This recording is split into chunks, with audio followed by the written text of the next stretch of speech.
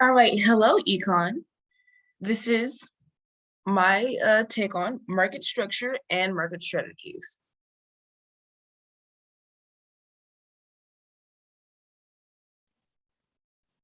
Types of market structure. There's perfect competition with a large number of sellers with a similar or same product. Monopolistic competition is when it's a good number of sellers, a little less than perfect competition, with a similar product that try to make their product different from all the other sellers.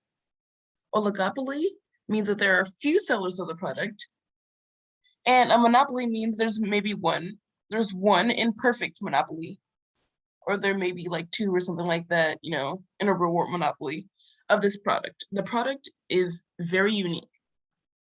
Characteristics of each. You have perfect competition. There are so many sellers in perfect competition that no one really makes a difference. Perfectly competitive firms have to take the price supplied by the market, or they may not earn profit. The large amount of sellers also makes it hard to become really successful. Everyone's fighting for their piece of the pie. It's extremely easy to get into the market, but also extremely easy to leave it too. Because there are so many sellers of the same product, the demand is elastic. And because the buyers have a lot of a lot of substitutes. Since the market sets the price, any change up or down greatly affects both the customers and the firm. So in perfect competition, just take the price, don't change it. Monopolistic competition. It's a step up from perfect competition. The demand is a little less elastic, but still elastic. These companies are always searching for new ways to make their product different to attract more buyers, which means more profits. Research and development is crucial for these firms. These firms don't really have any influence on price. They have, like in perfect competition, they don't have influence on price. But in monopolistic competition, they have a little more freedom, but still not a lot. But they do have more influence on quality. This is where research and development come into play. And there are some barriers to entering the market. It's not as easy as perfect competition, but it's still relatively easy. Oligopoly. Think of it as like a love triangle, or maybe a square in this case.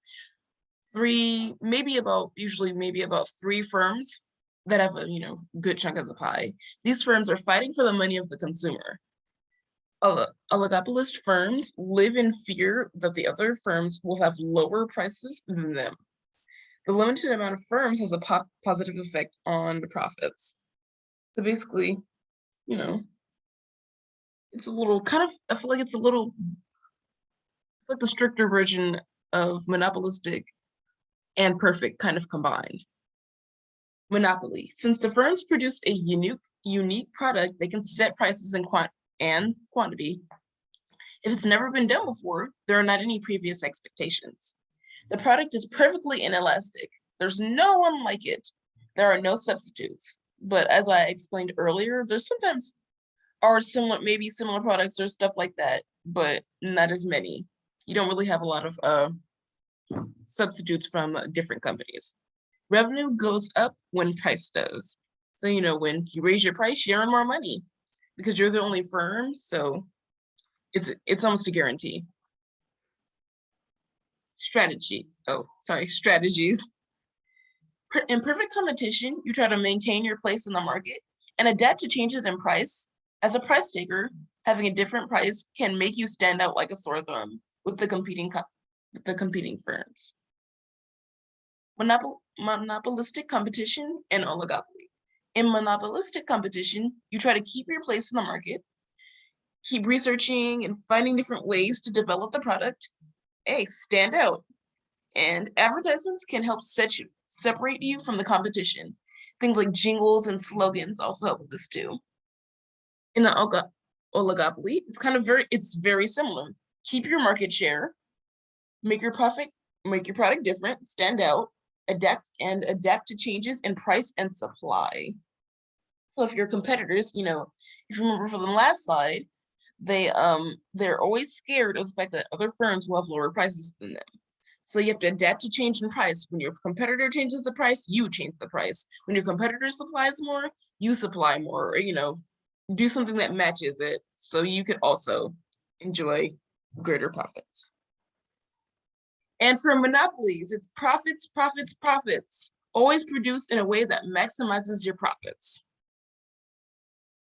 Real world examples. I give Tesla. Tesla, the electric car company, is an example, is kind of an example of a monopoly. Most monopolies aren't perfect and do have competitors with very little share in the market compared to them. Tesla is the biggest electric car company and even gives regular car companies a run for their money. One way Tesla maximizes its profits is through the government. Many governments worldwide give credits to car companies as an incentive to make electric cars. Since Tesla already makes electric cars, it gets free credits and sells them to car companies who haven't met the standards yet, which is awesome. One way to, increase profits. Tesla also pushes for vehicle design, development, manufacturing, and distribution retail to be more efficient. Tesla believes that merging these components reduces risks and simplifies the supply chain. Awesome. That's just reducing cost, having an easier, more efficient, fast way of getting what you need, which will also increase profits by cutting expenses. Oh my God, I just realized that, I'm so sorry, the bar is in the way. Hershey's, Mars, and Nestle. These companies represent an oligopoly type structure. There are many chocolate brands in the US, but these are usually the top three. They contain most of the market shares. As top three, they usually fight and sometimes make fun of each other on Twitter. They keep creating new things and new creative spins on classics to separate themselves from their opponents. These companies maintain prevalence because of the certain products they produce. They're long-standing, and it makes it easier to maintain the share in the market than a new company. Yeah, like Coca-Cola was long-standing, and then things like Pepsi came along, and people were like, no, I want to stick to my old thing. Sometimes it helps to have history on your side, and this will help you maintain your share in the market.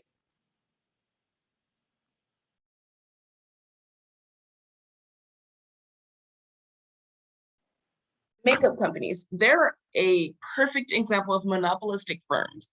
We have an almost endless amount of makeup brands to choose from. They're always revising old products and providing new shiny ones for their customers. These types of companies are part research and development and part product. Since there are many competitors, these brands always try to make themselves ultra different from the rest and maintain their share. Like how two blushes might be similar, but they're not the same. And some of them have shimmer and stuff like that, And produce is my example of perfect competition in the real world, kind of like, food or farmers. Since the government provides incentive to farmers and all you need is land, seeds, water, and sunlight, it can be fairly easy to join this market. And exiting wouldn't be that hard either. There are many old and new produce brands in the market, and they all have similar products and price. 3, 2, 1. 3 things I learned is that Tesla started in 2003, which is the year I was born. Governments are providing credits for producing electric cars, which I honestly didn't know. Hershey dominated the market shares in 2016. It remains one of the hugest companies for chocolate in the world, not just in the United States, in the world. 2 things I could use is that the government provides credits for a lot of things. As I do more research in different industries, there are a lot of credits for something. So if you want to start a business, look for those credits. And monopoly only stands if no one rivals it. And one thing I would like to learn more about is the little rival of Tesla, which is BVD. Because obviously Tesla is still trying to maintain its monopoly, but it might change into a little oligopoly, or maybe, over time, monopolistic competition, because more people gain access to these resources and people then now have more substitutes, which would make the demand for these products elastic. And here are my references. And thank you.